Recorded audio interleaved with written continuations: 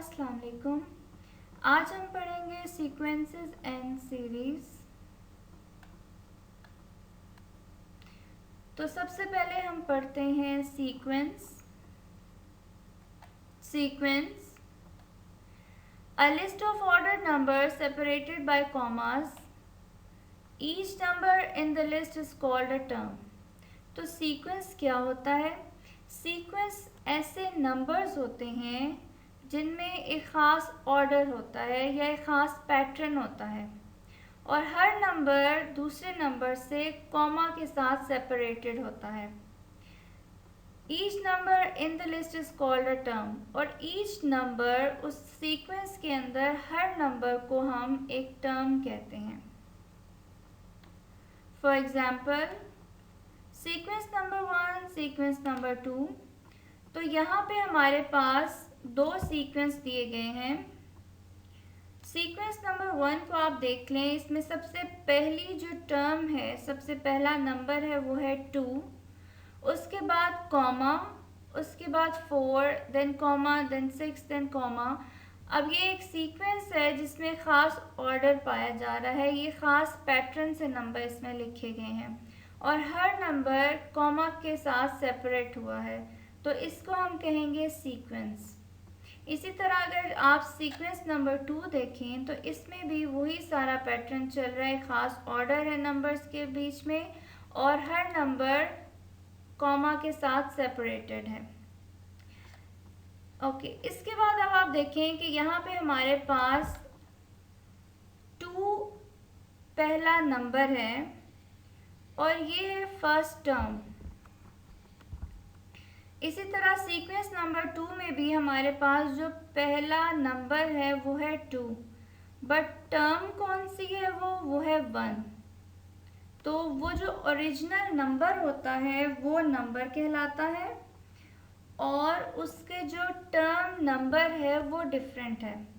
अब सबसे पहली पोजीशन पे यहाँ पे 2 है, बट वो उसकी टर्म या उसकी पोजीशन नंबर 1 है। इसी तरह 2 जो है वो सेकंड टर्म है, 6 हमारे पास थर्ड टर्म है, 8 हमारे पास फोर्थ टर्म है और 10 हमारे पास फिफ्थ टर्म है। Domain, relative position of each term 1 2 3 4 5 according to this example usually begins with position 1 unless otherwise stated. So domain, किसी भी सीक्वेंस की डोमेन क्या होती है? वो उसकी पोजीशन होती है, उसकी रिलेटिव पोजीशन होती है, या आप कह लें उसका टर्म नंबर होता है। तो इस एग्जाम्पल में हमारे पास ये जो 1 2 3 4 5 टर्म नंबर्स हैं, ये हैं डोमेन। और रेंज क्या होती है?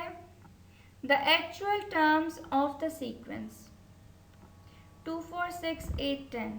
तो अगर हम अपनी इसी एग्जाम्पल की बात करें तो हमारे पास ये जो ओरिजिनल या एक्चुअल टर्म्स हैं 2 4 6 8 10, ये है range.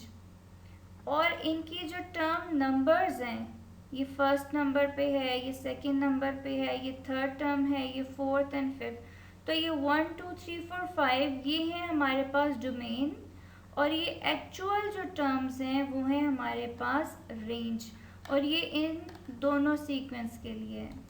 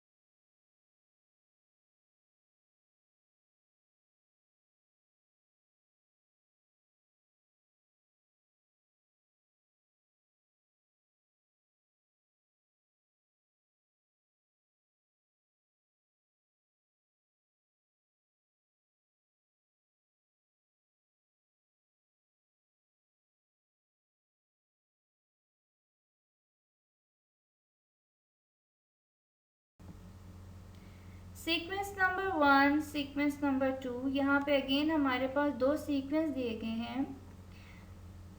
Now a sequence can be finite और infinite. A sequence has a last term और फाइनल टर्म. अगर तो किसी भी सीक्वेंस के लास्ट या फाइनल टर्म गिवन है तो हम उसको कहते हैं फाइनाइट सीक्वेंस. जैसे कि आप सीक्वेंस नंबर 1 को देख सकते हैं. इस सीक्वेंस में हमारे पास लास्ट या फाइनल टर्म विच इज़ 10 ये गिवन है.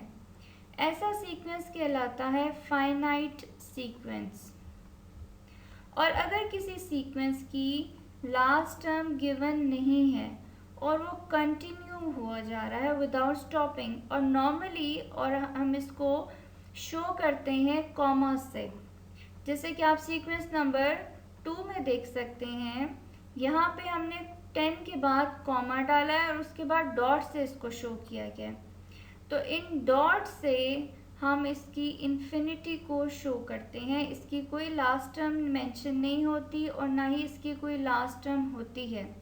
ये डॉट्स शो कर रहे हैं कि इसकी रेंज अप टू इन्फिनिटी है. सो ऐसे सीक्वेंस को इनफाइनाइट सीक्वेंस कहा जाता है. Both sequences have a general formula or rule which is an equals to n, where n is the term number and an is the nth term. अब ये जो दोनों सीक्वेंस हैं और कोई भी जो सीक्वेंस होता है उसको हम एक जनरल रूल से शो कर सकते हैं. इस जनरल रूल को हम इसकी nth टर्म भी कहते हैं. ये एक ऐसा रूल या ऐसा फॉर्मूला है जो कि उस सीक्वेंस पे एक पर्टिकुलर सीक्वेंस की किसी भी टर्म पे अप्लाई हो सकता है. फॉर एग्जांपल ये जो हमारे पास सीक्वेंस गिवन है, इस सीक्वेंस को उन्होंने कहा कि इसका जनरल रूल या इसकी nth टर्म को हम यूँ लिख सकते हैं an इक्वल्स टू n. अब ये जो जनरल रूल है इसको हम एज अ कन्वेंशन इस तरह से शो करते हैं स्मॉल a और इसके साथ सब्सक्रिप्ट में n, और ये n शो कर रहा होता है टर्म नंबर को. आप इसमें जो भी टर्म फाइंड करना चाहते हैं उस टर्म का नंबर यहाँ पे डाल दें तो आपको एग्जैक्ट वही टर्म मिल जाएगी. Is equals to 2 into n, where n is the term number and an is the nth term. So यहाँ पे हम जब कोई भी रूल बनाते हैं, समटाइम्स हमें रूल ऑलरेडी गिवन होता है और समटाइम्स हमने खुद गेस करना होता है, उसको बनाना होता है. तो जब हमने उसको खुद बनाना है तो सबसे पहले हम अपनी उस सीक्वेंस को देखते हैं और उसके अंदर जो ऑर्डर है या पैटर्न है उसको हमने जज करना होता है. उसको हम देखते हैं कि किस पैटर्न से या किस ऑर्डर से इसमें टर्म्स मूव कर रही हैं, नंबर्स किस पैटर्न से मूव कर रहे हैं. तो यहाँ पे अगर आप इसको देखें तो पहली टर्म है 2, दूसरी 4, 6, 8, 10. तो इसमें जो पैटर्न बन रहा है वो कुछ यूँ बन रहा है कि 2 फर्स्ट टर्म में मल्टीप्लाई हो रहा है 1 से, 2 1 ज़ा 2. सेकेंड टर्म में वो 2 मल्टीप्लाई हो रहा है 2 से, 2 2 ज़ा 4.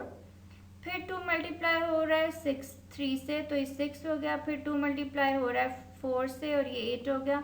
और फिर 2 मल्टीप्लाई हो रहा है 5 से और ये बन गया 10. तो ये इसमें पैटर्न हमें समझ में आ गया. इस पैटर्न को अगर हम जनरल टर्म या nth टर्म की शक्ल में लिखें तो वो इस तरह से हम लिखेंगे कि 2 मल्टीप्लाई होगा टर्म नंबर से, तो हमारे पास उस टर्म की ओरिजिनल वैल्यू आ जाएगी. फॉर एग्जांपल ये जो जनरल रूल है इसमें अगर हमने अपनी थर्ड टर्म पता करनी है तो हम इस n की जगह a3 लिख देंगे. n की जगह 3 लिख देंगे तो ये बन जाएगा a3, और a3 है हमारे पास थर्ड टर्म इक्वल्स, यहाँ पे भी 2 तो कांस्टेंट है क्योंकि 2 हर टर्म में मल्टीप्लाई हो रहा था. जो चीज़ चेंज हो रही थी वो था ये इस पोजीशन पे n की वैल्यू, जिसको हमने n कह दिया है. इन जनरल हम इसको n भी कहते हैं और इसके कुछ और भी हम नाम चेंज भी कर सकते हैं. ये n वो वैल्यू है जो कि उस सीक्वेंस में चेंज हो रही होती है. और 2 क्योंकि कांस्टेंट था, वो हर टर्म में 2 मल्टीप्लाई हो रहा था, तो उसको हमने एज इट इज़ 2 ही लिख दिया। तो अगर फॉर एग्जांपल हम थर्ड टर्म अपनी पता करना चाहते हैं, तो हमने n की जगह यहाँ पे 3 लिख दिया, तो ये बन गया a3 शो कर रहा है थर्ड टर्म को, इक्वल्स 2 की जगह आप यहाँ पे 3 लिखें, क्या आ जाएगा 2 3 ज़ा 6। तो हमारे पास आप देखें यहाँ पे ये जो थर्ड टर्म है ये है 6। तो ये वो जनरल रूल है कि जिससे आप उस सीक्वेंस की कोई भी टर्म मालूम कर सकते हैं, और आप सिर्फ n की वैल्यू चेंज करेंगे, आपको टर्म का पता चल जाएगा। The general rule can also be written in function notation. So ये जो जनरल रूल है इसको आप फंक्शन नोटेशन में भी लिख सकते हैं। फंक्शन नोटेशन का मतलब ये है कि इस तरह से आप f, या आपको पता है, आपको बेसिक मैथमेटिक्स में आपने शायद पढ़ा होगा कि ये जो f है, ये स्मॉल f, ये शो करता है फंक्शन को। सो फंक्शन और ये ब्रैकेट में n का मतलब है फंक्शन ऑफ n। सो यहाँ पे हम जो भी लिखने लगे हैं फॉर्मूला या rule, this is a function of n, यानी कि ये n पे बेस्ड कर रहा है और n इसमें वेरी कर रहा है। Examples, right the first 6 terms of this nth term. अब यहाँ पे हमें रूल दे दिया गया है और इस रूल को यूज करते हुए हमने फर्स्ट 6 टर्म्स लिखनी है। यहाँ पे हमने वो जो हमारे पास जनरल रूल या nth टर्म थी, जो हमने पिछले एग्जाम्पल में खुद उसके पैटर्न से बनाई थी, अब यहाँ पे हमें ऑलरेडी वो nth टर्म दे दी गई है। अब इस nth टर्म को यूज़ करते हुए हमने अपनी फर्स्ट 6 टर्म्स बनानी है ऑफ अ सीक्वेंस। तो हम वही यूज़ करेंगे कि हम n की वैल्यू चेंज करते जाएंगे और हमारे पास इस सीक्वेंस की तमाम टर्म्स आ जाएंगी। अब आप देखिए इसमें हमने an जो हमारे पास रूल था या इसको nth टर्म थी, इसमें हमने n की जगह 1 पुट किया तो हमारे पास फर्स्ट टर्म आ गई। यहाँ पे हमने यहाँ पे n था, इसकी जगह 1 पुट कर दिया। अब यहाँ पे हमारे पास 5 कांस्टेंट था माइनस n की जगह हमने यहाँ 1 पुट करना है, तो 5 माइनस 1 4। इसका मतलब है कि इस सीक्वेंस की फर्स्ट टर्म कौन सी है, 4। नेक्स्ट टर्म इसी तरह से फाइंड हो गई, n की जगह हमने 2 पुट कर दिया, तो ये a2 which is equal to 5 minus n की जगह 2 पुट कर दिया, वो आ गया 2, और 5 माइनस 2 3, और इसी तरह a3 a4 a5 and a6। तो ये हमारे पास सारी की सारी टर्म्स आ गई। हमारे इस सीक्वेंस की हमने 6 टर्म्स फाइंड करनी थी, सिर्फ इस एक जनरल रूल या जनरल फार्मूला को हमने फॉलो किया। इसमें हमने n की वैल्यूज़ चेंज की, 1 से लेके हमने उसको 6 तक पुट किया, क्योंकि हमें कहा गया था कि आपने 6 टर्म्स फाइंड करनी है। सो हमने 6 टर्म्स तक इसको फाइंड किया है, और जो भी वैल्यूज़ आ गई उसको अब हमने इस सीक्वेंस की शक्ल में यहाँ पे लिख दिया। और सीक्वेंस की शक्ल क्या होती है कि वो नंबर्स, वो जो टर्म नंबर्स होते हैं उनको हम लिखते जाते हैं, जो भी टर्म्स हैं हमारे पास वो हमने लिख दी और उनको कॉमा से सेपरेट कर दिया। सो इसको हमने इस तरह से 6 टर्म्स को सीक्वेंस की शक्ल में लिख दिया। एक और एग्जाम्पल है, right the first 6 terms of this sequence which is an equals 2 power n। अब यहाँ पे हमारे पास एक और सीक्वेंस गिवन है, यानी कि उसकी जो रूल है या nth टर्म है वो डिफरेंट है।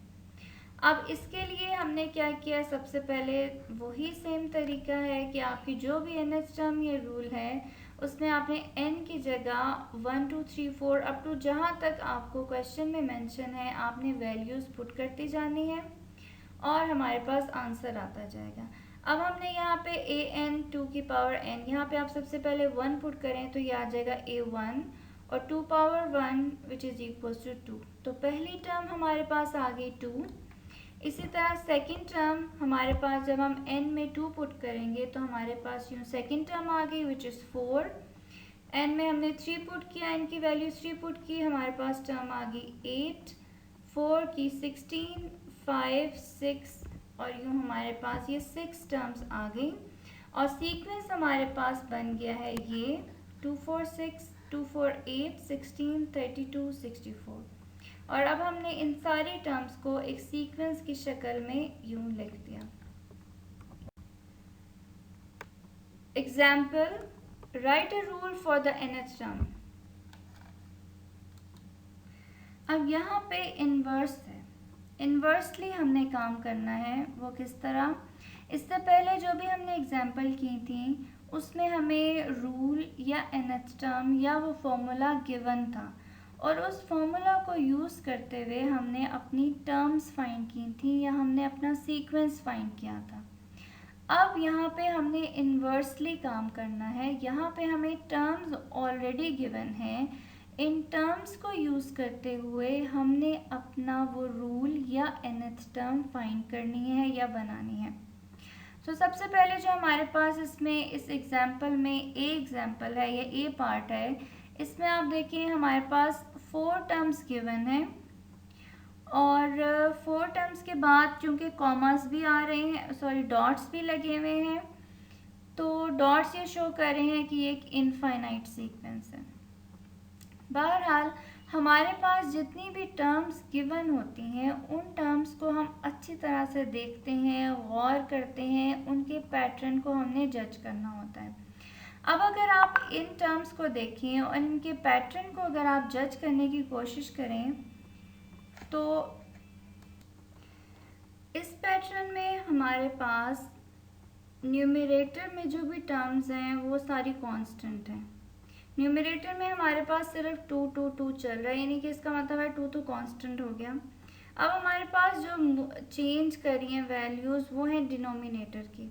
अब इन वैल्यूज़ को आप देखें कि क्या इनमें कोई पैटर्न चल रहा है, क्या इनमें कोई ख़ास पैटर्न है। तो अगर हम इसको देखें तो हमें ये समझ में आती है कि पहले तो ये 5 है, पहली टर्म 5 है, दूसरी टर्म 25 है जो कि 5 का स्क्वायर है, तीसरी टर्म 125 है और ये भी हमें आमतौर पे याद होता है कि ये 5 का क्यूब होता है।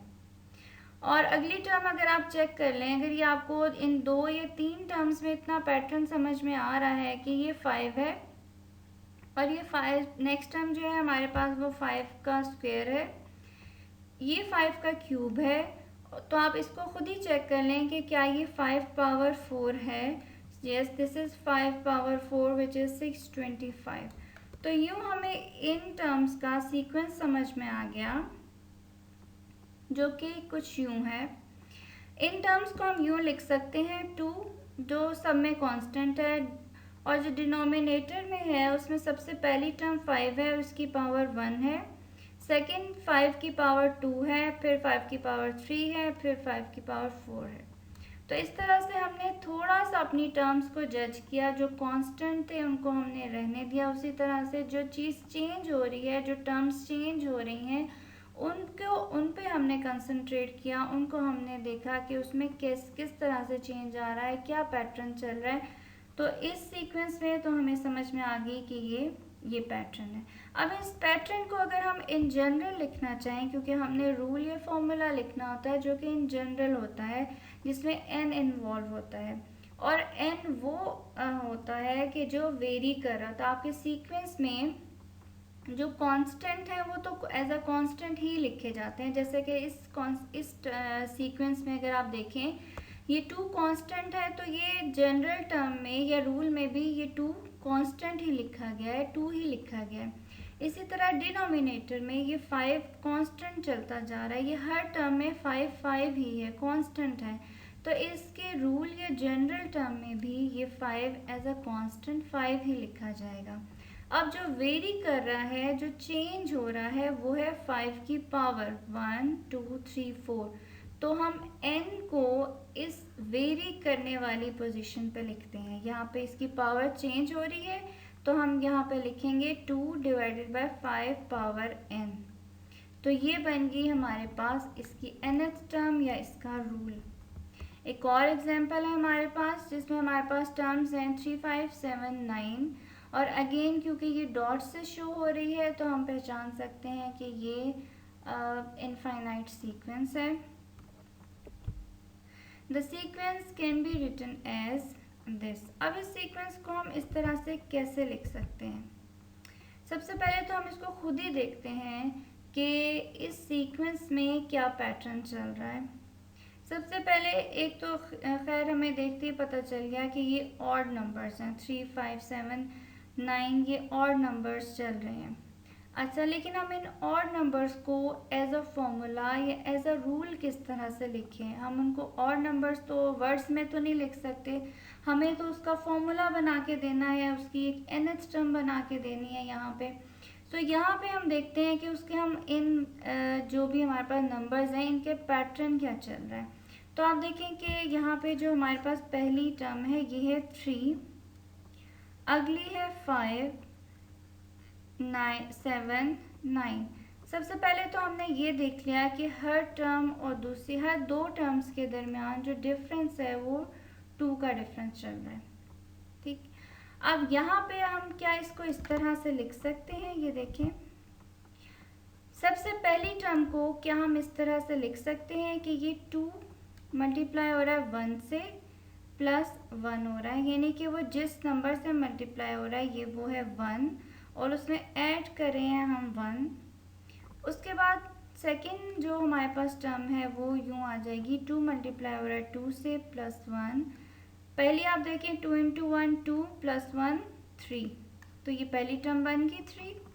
दूसरा है 2 इंटू 2 प्लस 1, 2 2 ज़ा 4 प्लस 1 5, तो ये बन गई 5। उसके बाद अगली है 2 इंटू 3 6 प्लस 1 7, 2 इंटू 4 8 प्लस 1 9। तो इस तरह से हमने देखा कि ये सारी टर्म्स तो वही बन रही हैं जो कि इस सीक्वेंस में हमें दी गई थी। लेकिन अब इनमें क्या सीक्वेंस चल रहा है, जो हमने सीक्वेंस बना दिया है ये क्या सीक्वेंस है। तो आप देखिए इसमें 2 मल्टीप्लाई हो रहा है 1 से प्लस 1, 2 मल्टीप्लाई हो रहा है 2 से प्लस 1। इसका मतलब है कि ये जो 2 जो मल्टीप्लाई हो रहा है सबसे पहले ये तो कांस्टेंट चल रहा है। ये 2 एक ऐसा कांस्टेंट है जो कि हर टर्म में मल्टीप्लाई हो रहा है एक ख़ास नंबर से। अब वो किस नंबर से मल्टीप्लाई हो रहा है, आप देखिए फर्स्ट टर्म में वो 1 से मल्टीप्लाई हो रहा है, सेकंड टर्म में वो 2 से मल्टीप्लाई हो रहा है, थर्ड टर्म में वो 3 से और फोर्थ टर्म में 4 से। और अगर इसके आगे भी हमने टर्म बनानी हो तो फिफ्थ टर्म होगी वो 5 से मल्टीप्लाई होगा, सिक्स टर्म होगी वो 6 से मल्टीप्लाई होगा, सेवन्थ टर्म होगी तो वो 7 से मल्टीप्लाई होगा। इसके अलावा जो एक और चीज़ ऐड की गई है वो है +1। +1 का मतलब ये है कि आप यहाँ पे जो भी मल्टीप्लाई करेंगे उसमें ये +1 +1 +1 जो भी आप इसको मल्टीप्लाई कर देंगे यहाँ पे 2 को जिस भी नंबर से उसमें 1 ऐड होगा। यहाँ पे आप 2 को जिस भी नंबर से मल्टीप्लाई कर देंगे उसमें 1 ऐड हो जाएगा और ये +1 भी कांस्टेंट है। इसका मतलब ये है कि जो +1 है ये भी इसमें एज अ कांस्टेंट चलता जा रहा है। अब हमारा ये सीक्वेंस और इसकी जो nth टर्म बनेगी वो कुछ इस तरह से बन जाएगी, an इक्वल्स टू n+1। अब आपको पता है कि जो भी हमारी रूल या जो हमारा nth टर्म होता है उसमें जो कांस्टेंट होता है उसको हम एज इट इज़ कांस्टेंट ही लिखते हैं, बट ओनली जो नंबर्स वेरी करते हैं उसमें चेंज होते हैं हर टर्म में हम उसको n से शो करते हैं। अब ये जो हमारी nth टर्म है an ये बन जाएगी 2n। 2 इसलिए क्योंकि 2 हर टर्म में एक ऐसा कांस्टेंट है जो कि हर टर्म में मल्टीप्लाई हो रहा है, एक ऐसे नंबर से मल्टीप्लाई हो रहा है जो कि चेंज हो रहा है। पहली टर्म में वो 1 था, दूसरी में 2 है, तीसरी में 3 है एंड सो ऑन। तो इसी तरह 2 मल्टीप्लाई हो रहा है n से +1 और ये जो +1 है ये भी हर टर्म में एक कांस्टेंट है, यानी कि 1 हर टर्म में एज इट इज़ ऐड हो रहा है 1। तो यहाँ पे जो हमारे पास nth टर्म बन जाएगी या जनरल रूल वो होगा 2n+1 और ये रूल है जो कि ऑड नंबर्स को शो करने के लिए यूज़ होता है। सो ऑड नंबर्स को हम हमेशा इसी जनरल रूल या फॉर्मूले से शो करते हैं। Example, right a rule for the nth term. अब यहाँ पे हमारे पास अगेन एक हमारे पास सीक्वेंस दिया गया है और इसके लिए हमने रूल बनाना है फॉर द nth टर्म। तो अब आप देखेंगे इन टर्म्स में क्या पैटर्न चल रहा है। पहली 2 है, फिर 6, फिर 12, सो इनमें क्या पैटर्न चल रहा है, अब आप देखें कि ये जो हमारी टर्म्स थी, क्या हम इनको इस तरह से लिख सकते हैं। पहली term 1 into 2, 1 into 2 2, 2 into 3 6, 3 into 4 12, 4 into 5 20 and so on. इनके ये एक इनफाइनाइट सीरीज हमें दी गई थी और इसका हमने रूल बनाना था। तो हमने देखा कि पहली जो टर्म है अगर हम उसको यूँ लिखते हैं कि 2 1 से मल्टीप्लाई हो रहा है या 1 2 से मल्टीप्लाई हो रहा है, उसके बाद सेकेंड टर्म 2 3 से मल्टीप्लाई हो रही है, ये 3 4 12, ये 4 5 20 एंड सो ऑन। सो हमारे पास ये इस तरह से रूल बन गया इसका, या इसकी हम प्रेजेंटेशन इस तरह से कर सकते हैं। अब यहाँ पे आप देखें पहले नंबर पे 1 था, वो मल्टीप्लाई हो रहा है अपने अगले नंबर यानी 2 से। सेकेंड टर्म जो है उसमें 2 है, यानी यहाँ पे फर्स्ट टर्म में अगर 1 था तो सेकेंड टर्म में यहाँ पे 2 आ गया और 2 मल्टीप्लाई हो रहा है अपने अगले नंबर से, यानी 2 से अगला नंबर 3 है वो उससे मल्टीप्लाई हो रहा है। नेक्स्ट टर्म में आप देखें यहाँ पे 3 आ जाएगा, पहले में यहाँ पे 1 था, फिर दूसरे में 2 और थर्ड टर्म में यहाँ पे आ जाएगा 3 और 3 भी मल्टीप्लाई हो रहा है अपने नेक्स्ट नंबर से विच इज़ 4 और नेक्स्ट हमारे पास यहाँ आ गया 4 और 4 मल्टीप्लाई हो रहा है नेक्स्ट नंबर से विच इज़ 5। सो यहाँ पे हमारा जो जनरल रूल बन जाएगा वो कुछ यूँ बनेगा, जो nth टर्म है हमारी this is equal to n into n plus 1। अब यहाँ पे आप देखें कि वेरी ये नंबर भी कर रहा है, हर टर्म में ये नंबर जो कि पहले मल्टीप्लाई हो रहा है या यहाँ पे ब्रैकेट के बाहर हमने लिखा हुआ है ये 1 ये 2 ये 3 ये 4, ये भी हर टर्म में चेंज हो रहा है, हर टर्म में ये वेरी कर रहा है। सो इसको भी हम n से शो करेंगे और ये ब्रैकेट के अंदर जो नंबर मल्टीप्लाई हो रहा है वो भी हर टर्म में चेंज हो रहा है, पहली टर्म में वो 2 था, दूसरे में 3, तीसरे में 4 5। सो इसको भी हमने n की किसी फॉर्म से शो करना है। अब यहाँ पे हमने चूँकि ये जो बाहर नंबर है इसको हमने n कह दिया, अब जो ब्रैकेट में नंबर है आपको पता है कि वो नंबर इससे एक नेक्स्ट नंबर होता है, अगर ये 1 है तो ये 1 प्लस 1 होगा और अगर यहाँ पे 2 है बाहर तो जिससे वो मल्टीप्लाई हो रहा है वो है 2 प्लस 1, अगर यहाँ पे 3 है तो ये मल्टीप्लाई होगा 3 प्लस 1 से एंड सो ऑन। सो इसीलिए हमने अपनी जो जनरल टर्म है उसको कुछ यूँ लिखा है कि जो नंबर बाहर मल्टीप्लाई हो रहा है यानी ये n है, ये जो बाहर मल्टीप्लाई हो रहा है ये इसके अंदर ब्रैकेट के अंदर जो नंबर होगा वो होगा n प्लस 1, यानी अगर यहाँ पे 1 है तो यहाँ पे 1 प्लस 1 2 होगा, अगर यहाँ पे 2 है तो ये 2 प्लस 1 3 होगा। सो यूँ ये बन गई हमारी इसकी जनरल फॉर्म या रूल। अब हम देखते हैं कि सीरीज क्या होती हैं। Series the sum of the terms in a sequence. So हमारे पास जो भी सीक्वेंस था उसमें जितनी भी टर्म्स थी, जो भी टर्म्स होती हैं उन टर्म्स का सम कहलाता है सीक्वेंस, यानी कि हमारे पास जो सीक्वेंस था जिसमें हमने कहा कि उसमें हम नंबर्स को कॉमास से सेपरेट करते हैं, उन कॉमास की जगह अगर हम प्लस या माइनस का साइन लगा दें तो वो हमारे पास बन जाती है सीरीज। कैन बी फाइनाइट और इनफाइनाइट, जैसे सीक्वेंस फाइनाइट और इनफाइनाइट था इसी तरह सीरीज भी फाइनाइट और इनफाइनाइट होती है। फॉर एग्ज़ाम्पल अब यहाँ पे हमारे पास एग्ज़ाम्पल दी गई है फाइनाइट सीक्वेंस की और इनफाइनाइट सीक्वेंस की, ये आप पहले भी पढ़ चुके हैं पिछली स्लाइड्स में। अब आप देखें कि इसी में हमने कॉमास की जगह पे, इसी सीक्वेंस को में हमने कॉमास की जगह पे प्लस का साइन लगा दिया तो ये बन गया हमारे पास सीरीज़ बन गई। और क्योंकि ये इसमें जो लास्ट टर्म है हमारे पास सीरीज़ में लास्ट टर्म गिवन है हमारे पास, तो ये है एक फाइनाइट सीरीज़। और उसी सीक्वेंस में जो कि इनफाइनाइट हम पहले जिसकी एग्जांपल पढ़ चुके हैं उसमें हमने जब कॉमर्स की जगह आप देखें प्लस का साइन आ गया है, हर टर्म के दरमियान प्लस का साइन आ रहा है और ये जो है क्योंकि डॉट्स के साथ शो हो रही है तो ये है एक इनफाइनाइट सीरीज़। यहाँ पे हम आखिरी टर्म के बाद कॉमा लगाते हैं और फिर 3 डॉट्स डालते हैं और सीरीज़ में हम आखिरी टर्म के बाद प्लस का साइन लगाते हैं और फिर 3 डॉट्स डाल देते हैं, तो ये इन्फिनिटी को या इनफाइनाइट सीक्वेंस या सीरीज़ को शो करता है। Summation notation, also called sigma notation. Sigma is a Greek letter, this meaning sum. So the series 2 plus 4 plus 6 plus 8 plus 10 can be written as this. So हमारे पास summation notation क्या होती है, ये जो हमारे पास एब्रिविएशन है ये वाली, ये है सिग्मा की, इसको हम सिग्मा बोलते हैं। और सिग्मा एक ग्रीक लेटर है जिसका मतलब है सम। सम यानी कि ऐड करना।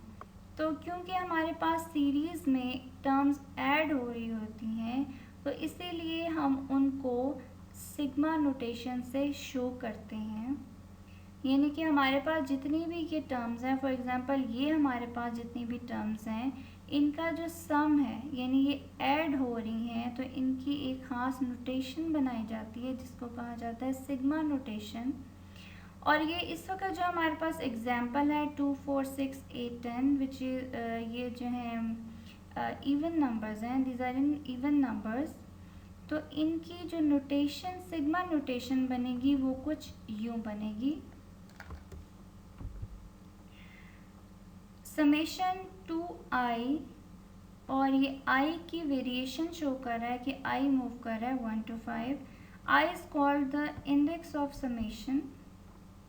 It's just like the n used earlier, यानी कि अभी तक हम अपनी जितनी भी स्लाइड्स थी उसमें हमने n यूज़ किया था कि हम कहते थे कि सीक्वेंस या सीरीज़ में वो नंबर जो कि वेरी कर रहा है, जो कि उसमें कांस्टेंट नहीं है, हर टर्म में चेंज हो रहा है, उसको हम n से शो करते हैं।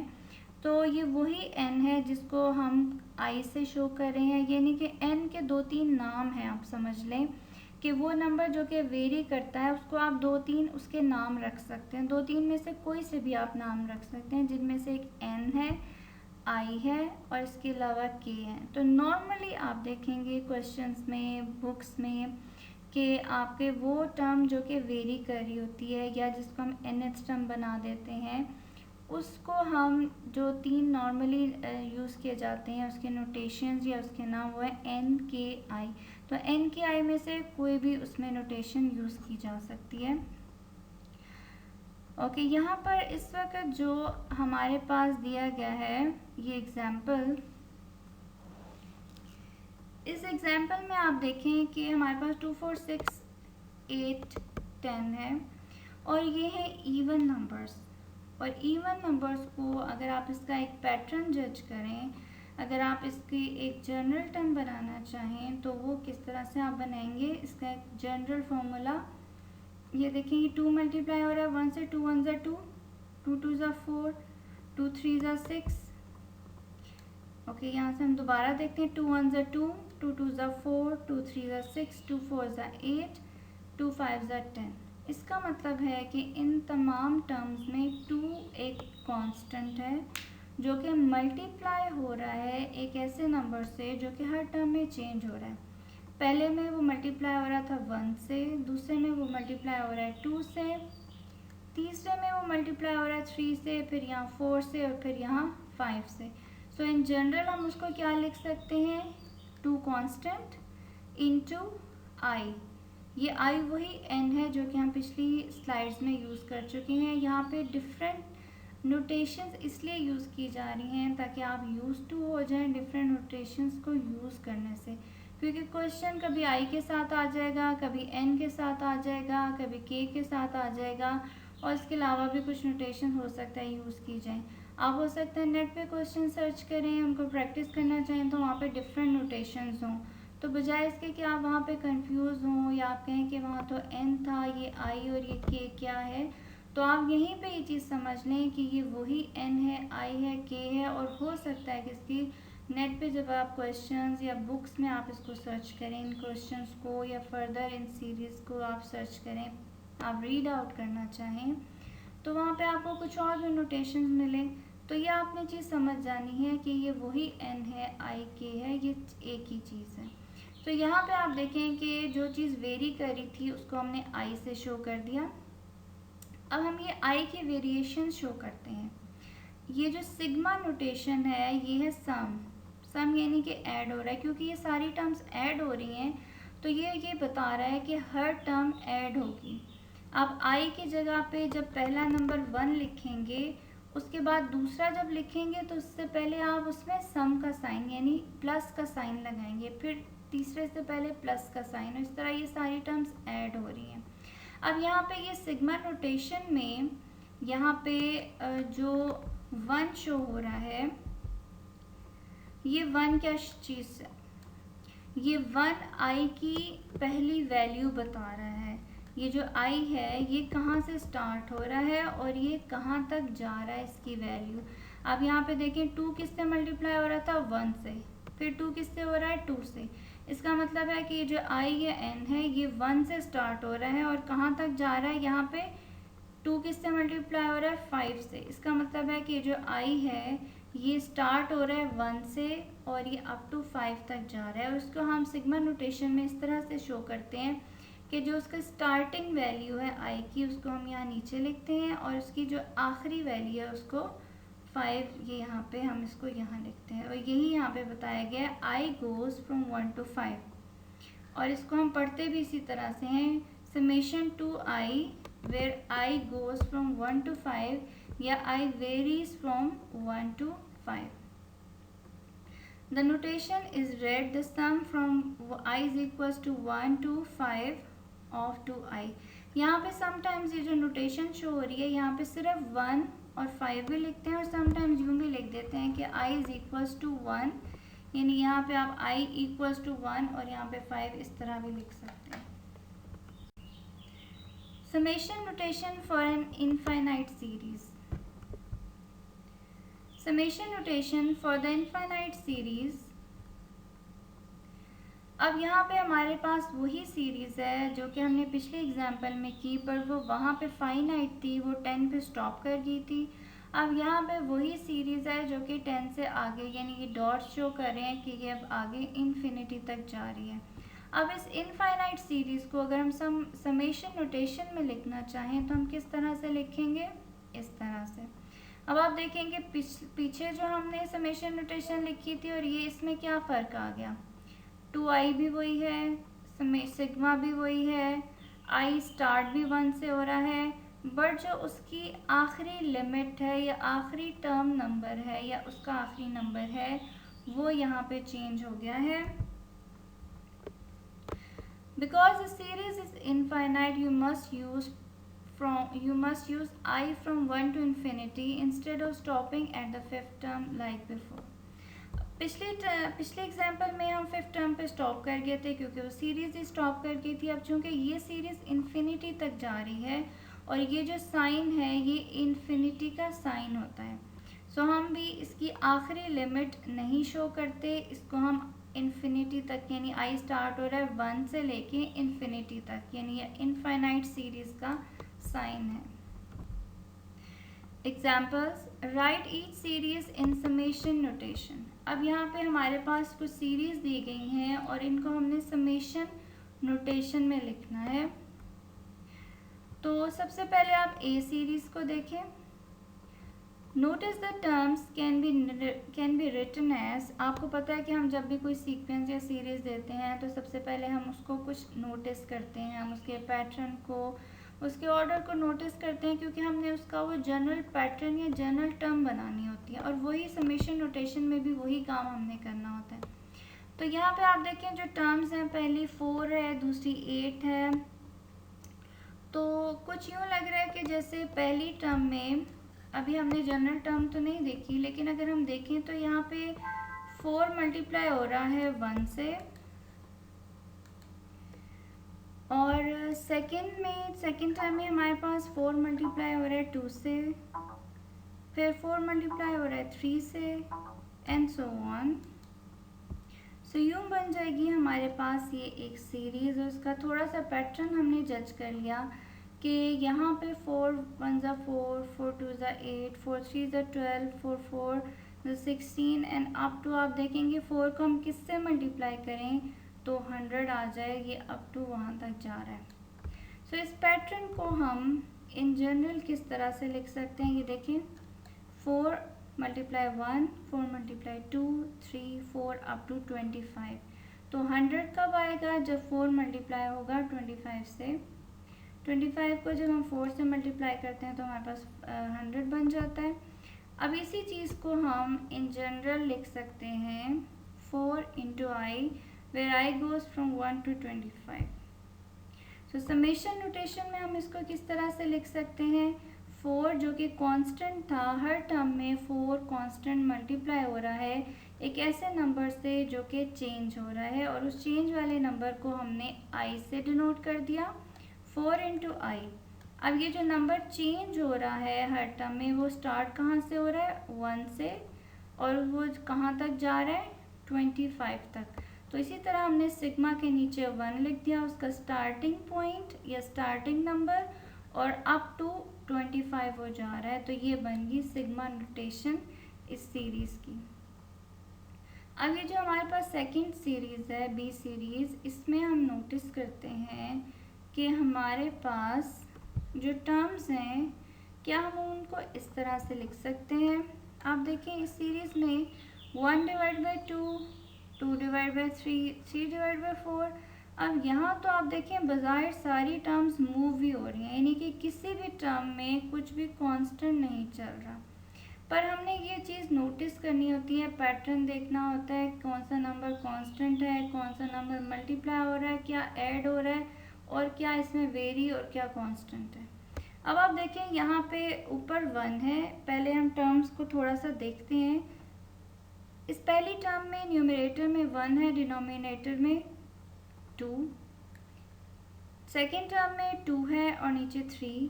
तो आप ये नोट कर लें कि यहाँ पे अगर 1 है तो डिनोमिनेटर में उससे अगला नंबर है, यहाँ पे 2 है तो डिनोमिनेटर में उससे नेक्स्ट नंबर है, यहाँ पे अगर 3 है तो डिनोमिनेटर में उससे नेक्स्ट नंबर विच इज़ 4, वो यहाँ पे है। और इसी तरह न्यूमरेटर में भी जो टर्म्स हैं वो मूव कर रही हैं ख़ास पैटर्न से।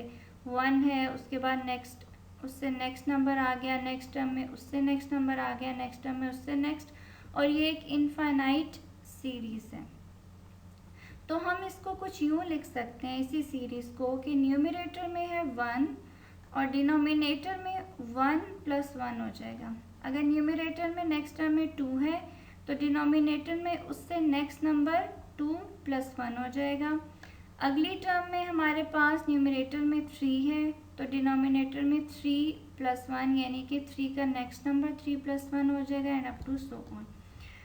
सो इसी पैटर्न को अगर हम इन जनरल आई, एन या के की शक्ल में लिखना चाहें, इन जनरल लिखना चाहें, तो उसको हम कुछ यूँ लिख सकते हैं कि न्यूमरेटर में आप देखें कि इस सीरीज़ में हमारे पास जो चीज़ कांस्टेंट है, जो नंबर कांस्टेंट चल रहा है हर टर्म में, वो है ये +1। ये जो डिनोमिनेटर में +1 है ये हर टर्म में कांस्टेंट है, +1 +1 +1, ये हर टर्म में कांस्टेंट चल रहा है।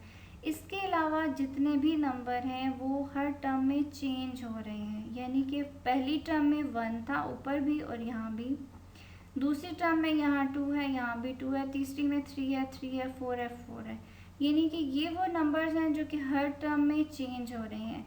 अलबत्ता ये +1 जो है ये हर टर्म में सेम है, हर टर्म में, तो इसको तो हम एज अ कांस्टेंट लिखेंगे। इसके अलावा न्यूमरेटर में जो भी नंबर है उसको, क्योंकि वो वेरी कर रहा था, हमने उसको आई कह दिया, तो डिनोमिनेटर में उसी आई में हम +1 कर देंगे। जैसे यहाँ पे 1 था तो डिनोमिनेटर में हमने इसको 1 + 1 कर दिया, यहाँ पे 2 था तो हमने 2 + 1 कर दिया। तो यहाँ पे जो भी नंबर होगा विच इज़ आई, तो डिवाइडेड बाय आई +1, और आई वेरी कर रहा है, आप यहाँ पे देख लें 1 से स्टार्ट हो रहा है आई, और क्योंकि इनफाइनाइट सीरीज़ है तो वो इन्फिनिटी तक जा रहा है।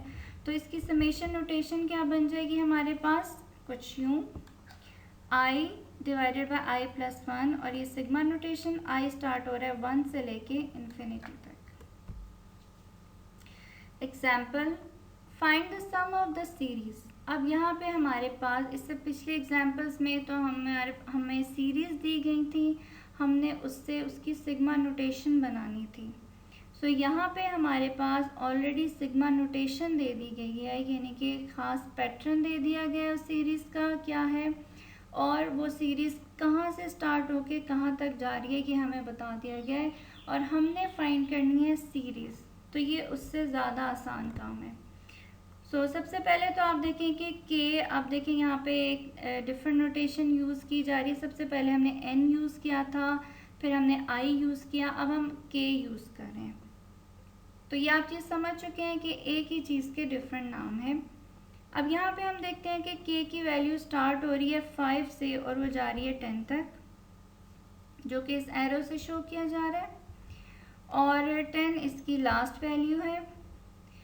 अब अगर हम इसी की सीरीज़ बनाएं तो हम किस तरह बनाएंगे कि सबसे पहले वैल्यू थी हमारी 5, तो हम सबसे पहले इस फॉर्मूले में या इस जनरल रूल में के की जगह 5 पुट कर देंगे। तो ये देखिए 5 स्क्वायर प्लस 1, ये बन गई हमारी पहली टर्म। अब आपको पता है कि सीरीज़ में प्लस का साइन आता है हर टर्म के दरमियान, तो ये सेकेंड टर्म शुरू होने से पहले प्लस का साइन आ गया।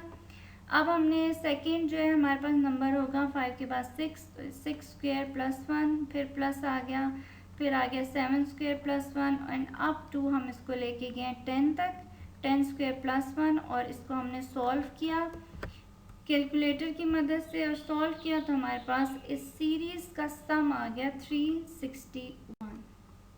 स्पेशल फार्मूलाज या शॉर्टकट फार्मूलाज हैं, कुछ हमारे पास ऑलरेडी फार्मूलाज गिवन है या ये शॉर्टकट फार्मूलाज कहलाते हैं। आप इन क्वेश्चन में इनको डायरेक्ट यूज़ कर सकते हैं।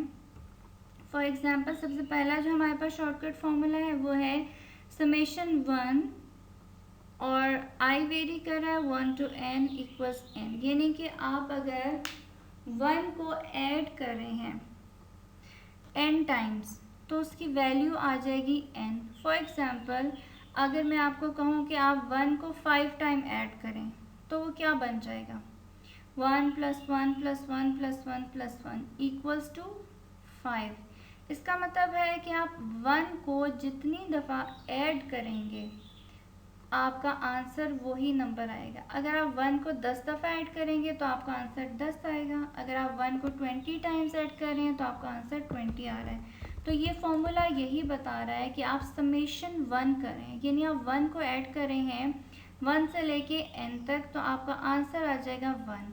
अगर मैं आपको कहूँ कि आप 1 को 5 तक ऐड कर लें तो आपका यहाँ पे आंसर 5 आएगा। अगर आप इसको 10 तक ऐड कर रहे हैं तो आपका आंसर 10 आएगा।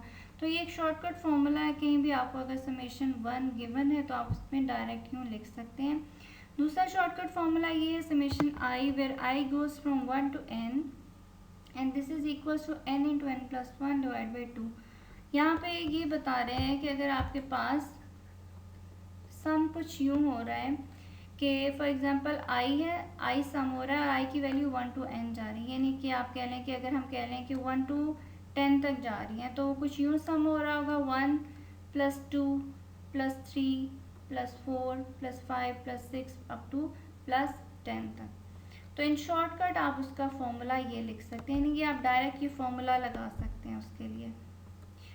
और अगर आपके पास समेशन आई स्क्वायर हो रहा है और आई वेरी कर रहा है 1 to n, तो आप इसका ये वाला डायरेक्ट फॉर्मूला लगा सकते हैं। आई स्क्वायर का मतलब ये है कि 1 to n, फॉर एग्जांपल अगर हम पिछली वाली एग्जांपल ले लें जिसमें मैंने समेशन आई को कहा था कि आप 1 से 10 तक जा रहे हैं, अगर यहाँ पे भी हम देखें कि आई वेरी कर रहा है 1 to 10, तो वो किस तरह से हो जाएगा 1 square + 2 square + 3 square + 4 square + 5 square up to +10 square. तो उसकी जगह पे आप ये डायरेक्ट ये फॉर्मूला लगा सकते हैं।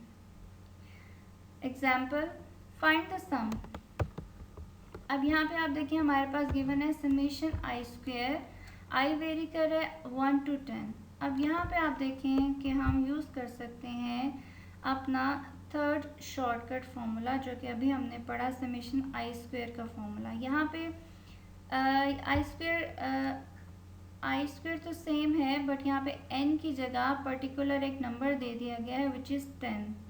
तो यहाँ पे अगर हम उस n की जगह उसी फॉर्मूले में जो कि हमारा ये फॉर्मूला है इसमें हम n की जगह 10 पुट कर दें तो हमारे पास सॉल्व होके ये आ जाएगा। हमारे पास ये आंसर आ गया। यहाँ पे हमारे पास ये शॉर्टकट फॉर्मूला था, इसमें हमने n की जगह 10 पुट कर दिया हर जगह पे, बाकी सारे कांस्टेंट थे उनको हमने सॉल्व किया कैलकुलेटर की मदद से। तो आखिर में हमारे पास जो फाइनल आंसर आ गया वो है 385। तो इन शॉर्टकट फार्मूलाज का फ़ायदा ये है कि अगर आप इनको याद कर लें इन 3 फार्मूलाज को, तो आप इसको डायरेक्ट यूज़ कर सकते हैं। अगर आपको कोई भी क्वेश्चन पूछना है आप कमेंट करके पूछ सकते हैं। आपको उम्मीद है कि इस लेक्चर में से सब कुछ समझ आ गया होगा, और अगर कुछ नहीं समझ आया तो मैंने आपको कहा कि आप कमेंट करके पूछ सकते हैं। Thanks for watching.